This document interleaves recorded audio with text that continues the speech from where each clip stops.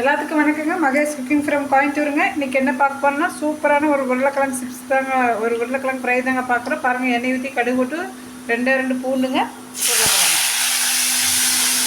5 நிமிஷம் செஞ்சுறாங்க. வேறு லெவலில் டேஸ்ட்டில் இருக்கும், சூப்பராக இருக்குங்க. நம்ம வீடியோ பார்த்து நீங்கள் ரொம்ப நாள் ஆச்சுங்க. இன்றைக்கி தான் நான் வீடியோவே போடுறேங்க. ஏன்னா எனக்கு ரொம்ப உடம்பு சரியில்லைங்க, அதனால தான் போட முடியுதுங்க. இன்றைக்கி நம்ம வீடியோ தொடர்ந்து வருங்க, நீங்கள் பாருங்கள். உருளைக்கிழங்கு சிப்ஸு, உருளைக்கிழங்கு பொரியல் தாங்க பண்ணுறோம். உருளைக்கிழங்கு போட்டாச்சுங்க. இதுக்கு தேவையான கொஞ்சோண்டு மஞ்சள் தூள், தண்ணியே ஊற்ற வேண்டாங்க, அந்த எண்ணெயிலே நம்ம வதக்கிடலாம். லைட்டாக கல்லுப்புங்க, ஏன்னா அது அந்த வணங்க நம்ம அது நல்லா உப்பு வந்துடுங்க, அதனால் லைட்டாக போட்டுக்கலாங்க. பத்திரிக்காவும் நம்ம ஆட் பண்ணிக்கலாம். கொஞ்சோண்டு கறி மசாலா தூளுங்க, கொஞ்சோண்டு சிக்கன் மசாலா, கொஞ்சோண்டு சாம்பார் தூளுங்க,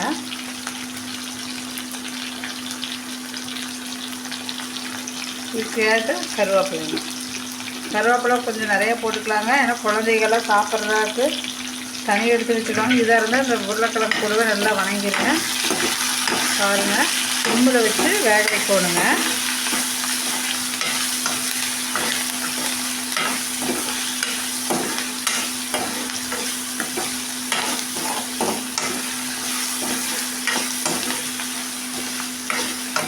நம்ம வீடியோ தொடர்ந்து நீ வருங்க, மறக்காமல் கண்டிப்பாக பாருங்கள், நம்மளுக்கு சப்போர்ட் பண்ணுங்கள்.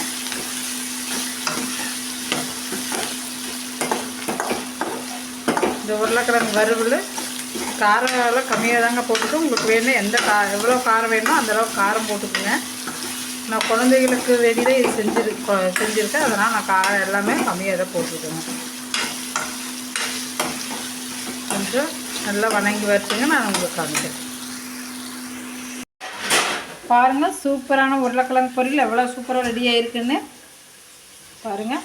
இந்த உருளைக்கிழங்கு வறுவல் சூப்பராக இருக்குங்க. பருப்புக்கு, தயிர் சாப்பாட்டுக்கு வச்சு சாப்பிட்டா வேறு லெவலில் டேஸ்ட்டாக இருக்குங்க. இது பிடிச்சிருக்குன்னு நினைக்கிறேன். பிடிச்சிருந்தா லைக் பண்ணுங்கள், மறக்காமல் பாய்ங்க.